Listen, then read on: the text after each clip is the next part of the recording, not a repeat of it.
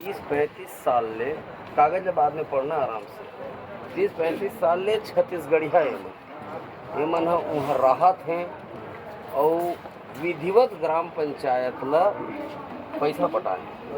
आज अचानक नोटिस जारी हो जाते कि तुहर घर ला टोरे जाही। एक तो सरकार घर बनवा दे नहीं सकते, दूसरा सरकार रोजी रोजगार दे नहीं सकते।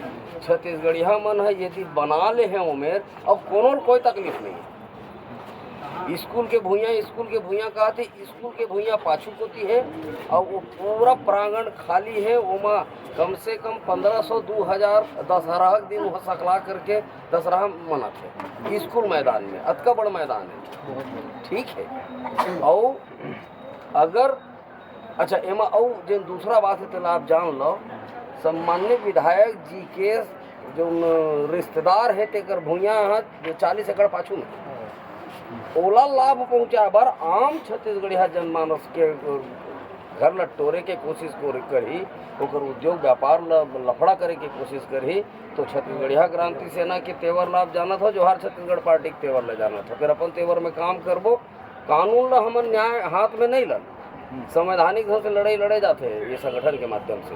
अब आज तक संवैधानिक ढंग से लड़ाई लड़ के पूरा न्याय दिवाए के काम करें छत्तीसगढ़िया, मतलब निमगा छत्तीसगढ़िया भाई बहनी मन है।